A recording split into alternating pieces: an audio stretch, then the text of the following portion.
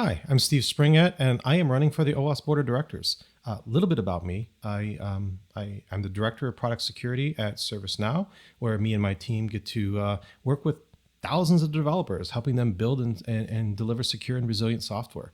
I'm the leader of multiple OWASP flagship projects, including the OWASP Dependency Track project and the OWASP Cyclone DX project. Cyclone DX, I believe, is our largest OWASP project. It's essentially a community in and of itself. I also am the lead and co-author of the OWASP Software Component Verification Standard.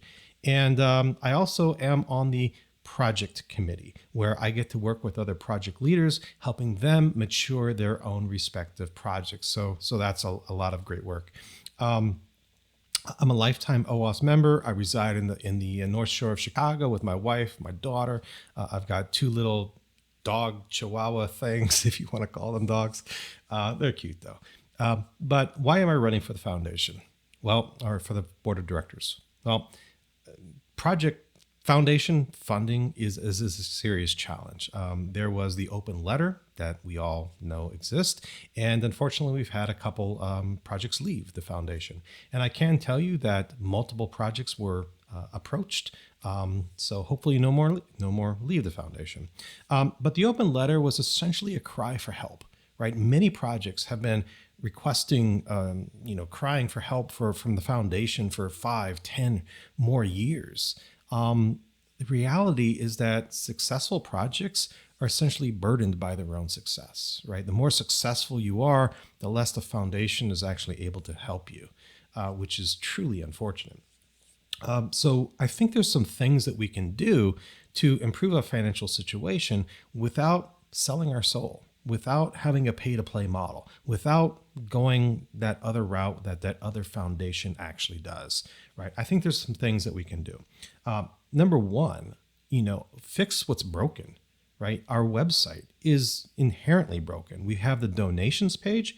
It maxes out at $500. You have the sponsorship page that doesn't have a call to action. This is broken.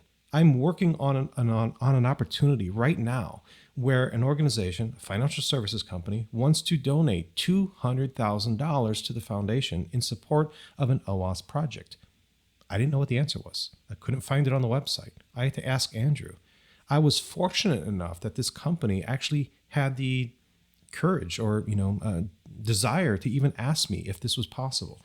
How many organizations do you think have visited our donations page, has visited our sponsorship page, and concluded that there's no substantial way that they could donate to the foundation, right? I bet it's more than one, and it's missed revenue as a result. So number one, fix what's broken. Number two, there's a lot of grants out there every single year. There's hundreds of grants published every single year. I support a full-time grant writer that would identify the grants, that would identify the OWASP projects that would be applicable to every grant, and actually write them, right? Actually maintain, manage that entire life cycle of that grant, essentially providing grants as a service to the foundation, to the various projects in the foundation, right? I'm working on another opportunity right now where I was not aware of a particular grant until it was almost too late. Fortunately, a commercial company actually applied for the grant. They won the grant, and the grant was to donate help for an OWASP project. So we're getting the support that we need, but it was a missed opportunity, right? So we could have had double the help. But there's a lot of missed opportunities there for fundraising. I think community managers are kind of central to the strategy as well. Community managers help with outreach. They help with engaging with different developer communities.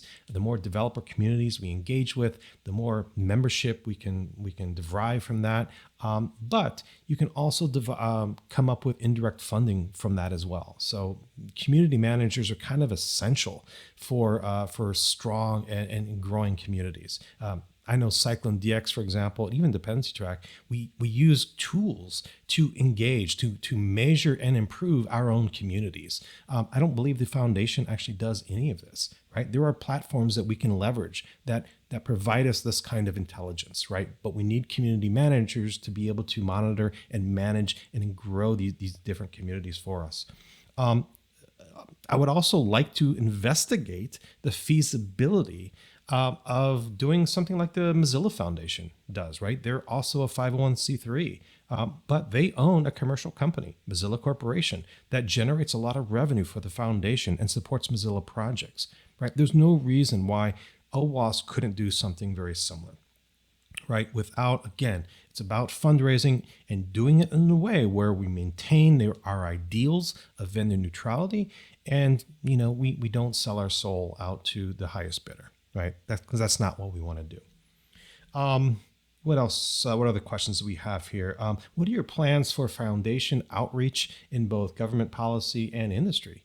Again, those community managers are kind of essential for a lot of this engagement.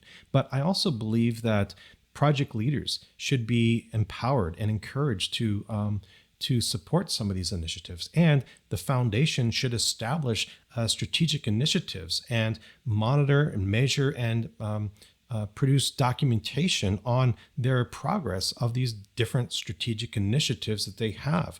And if a project leader is working on one of those strategic initiatives, the foundation should absolutely support them and encourage them to be involved with government or policy or industry. As a nonprofit foundation, we can't lobby any government, but we can have public positions. So, for example, NIST, SSDF attestations.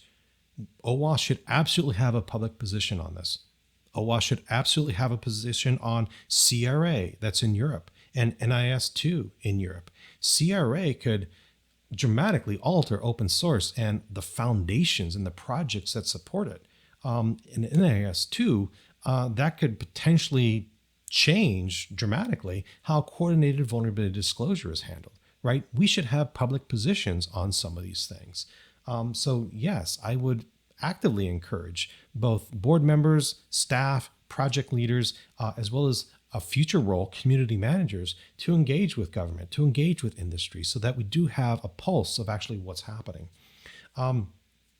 Next question. Do you believe all OWASP board discussions should happen in the open? Absolutely.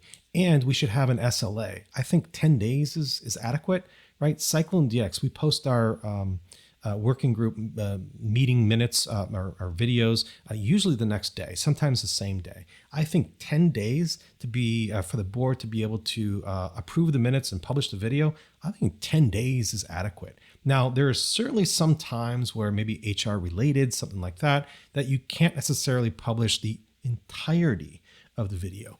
But that's what video editing software is for, right? You can redact whatever parts you can't publish and continue on with the rest. I think transparency is the only way this foundation is going to improve. So I'm in full support of transparency, to the point where I want to take a little bit of extra effort, maybe even redacting video, to make that possible. Let's see, other questions. What are your plans for the board and staff to be more involved in project marketing and cheerleading? I personally do a ton of this already. There's not a whole lot more I can do, but I think there's also some missed opportunities here, right? For example, I mentioned earlier that Dependency Track celebrated its 10th year anniversary. It's a huge milestone. We're analyzing SBOMs like years before SBOM was even a thing, so yay. But, we had to know that Hugo was our logo designer. We had to fend for ourselves on writing a press release and finding a distribution mechanism for those press releases and doing all the social and other types of engagement, right? It's a lot of burden. It's a lot of work. And I propose a toolkit, right? A toolbox that project leaders, chapter leaders can take advantage of, so that when they need creative services or UX design services or writing services or press release distribution, that those things are there. However, a press release, again, this is part of marketing, right? A press release is only going to take you so far. So it's really important for the OWASP Foundation to maintain and build relationship with industry, reputable industry journalists. Because a journalist, an independent journalist, especially a well-respected one, can take a story, can take a press release from a chapter or a project and put their own spin, right? They can interview their own folks, provide their own perspectives, get industry insights, right? And suddenly now your thing, whatever you announced, now is amplified that much more. So in my opinion, marketing and cheerleading, there's only so much individuals at the board or staff level can do. Marketing needs to be more of a strategic initiative to the foundation. Let's see. Here's a great one. Are you able to devote the time to your OWASP board duties? Yeah, I can. I've kind of morphed my responsibilities for Cyclone DX and dependency track from doer to community builder. And that's allowing me to then take on some of this other work. But part of the reason I guess I'm running for the board is, I don't know, selfish in the fact that, again, I don't want to be burdened in the successful project, right? I want project success to be, yeah, you need to strive for that success, but I don't want to be victim of that success, right? I want to go back to my projects in 2-4 years, whatever that term ends up being. I want to go back to these projects having potentially less work than I have today, right? And this would be true for any successful OWASP project. So anyway, if any of this resonates with you, I would truly appreciate your vote for the OWASP Board of Directors. I also have some ideas for chapters, and I was kind of disheartened that, with the number of questions that we had, especially the lack of chapter questions, a couple things out of the playbook from IETF and a couple of other organizations, and really embrace hybrid conferences, especially regional ones. So anyway, if any of this resonates with you, truly appreciate your vote. Have a great evening.